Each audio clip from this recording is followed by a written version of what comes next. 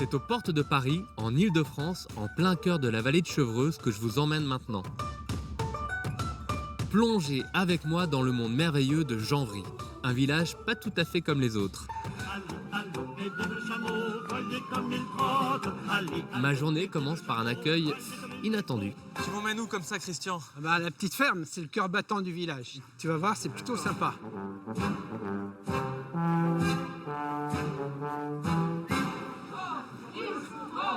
Ce matin, c'est l'effervescence à la petite ferme, le QG de Janvry. Les habitants y préparent la prochaine fête du village. C'est surréaliste. Ouais. J'aime beaucoup. On aime l'improbable. C'est quoi ça? Ça, c'est Pégase. C'est un cheval fou. Oh là là. On va se prendre un coup d'aile. Il se passe toujours quelque chose ici. Tout le temps, l'hiver, on a la piste de ski, on a le marché de Noël. L'été, on a la plage, la piscine avec les cocotiers. Et franchement, s'il n'y avait pas quelque chose, on s'ennuierait. Un vent de folie semble avoir même soufflé sur ce petit village de Gaulois. Mais c'est quoi le secret? C'est quoi la potion magique? La potion magique, c'est qu'il y a une bonne entente entre tout le monde.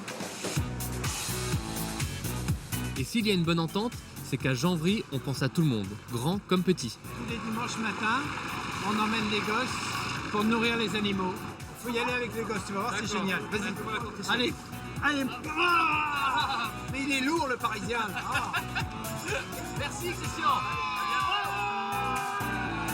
C'est parti, direction le parc animalier de la commune, le refuge d'une centaine d'animaux.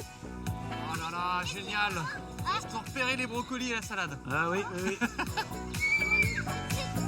Calmos, calmos. Là. Ah oui, il gonfle ses joues, il est prêt à me cracher. Ah bah voilà, c'est super.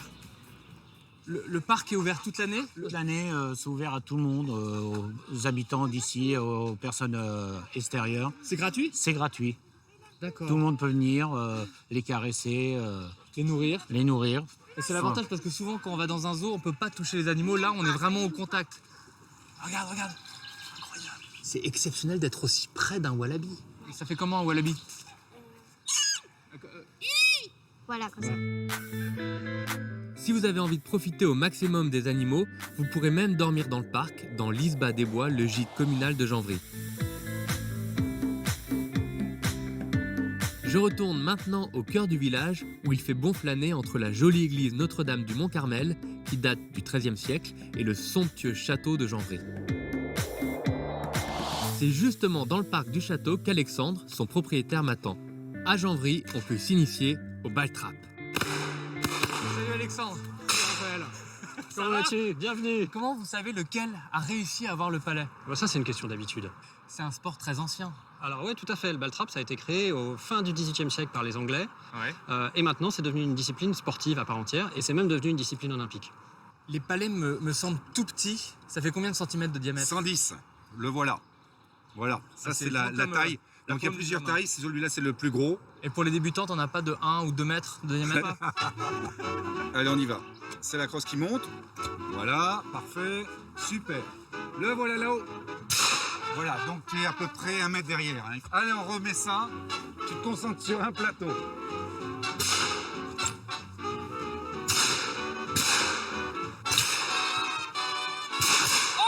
Ouais, Non, c'est moi! c'est lui. C'est moi! Bravo! C'est lui. Ouais. Bravo. Merci Jean, merci. Allez, je t'emmène visiter le château maintenant. Au revoir. Si vous venez vous exercer au ball trap, vous pourrez découvrir ce château qui est encore aujourd'hui une demeure familiale. Ce qui est étonnant, c'est de voir ce château fortifié avec des douves au milieu d'un petit village comme Janvry. C'est ça qui fait son charme en fait. Il date de quelle époque? Alors, il date du XVIIe.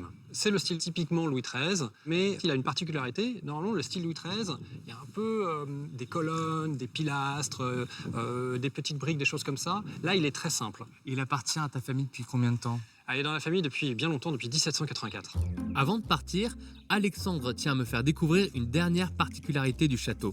Même à Janvry, peu de gens la connaissent, car elle n'est pas accessible au public. Tu m'emmènes où comme ça?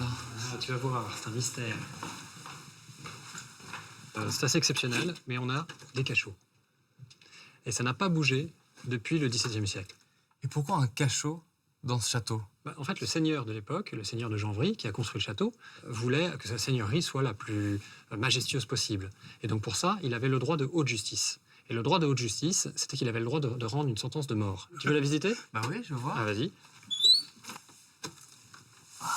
Ça me glace un peu le sang quand même. C'est pas mal, hein? Allez, viens. Il y a quand même une petite fête qui nous attend. Ah ouais, non mais j'étais bien. Hein. C'est à la petite ferme que je termine ma journée. Avec Alexandre, nous sommes attendus à la table des Gaulois, le rendez-vous du village.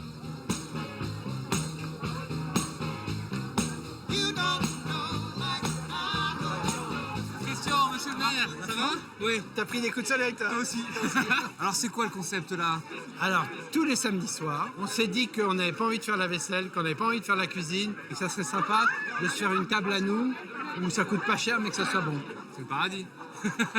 Le paradis, c'est quand les gens ont la banane, et à Janvier, on essaye qu'ils aient la banane le plus souvent possible. Si vous aussi vous êtes de passage à Janvry, venez partager chaque samedi un délicieux cochon grillé à la table des Gaulois. Promenez-vous dans le parc animalier et exercez-vous au baltrap dans le parc du château.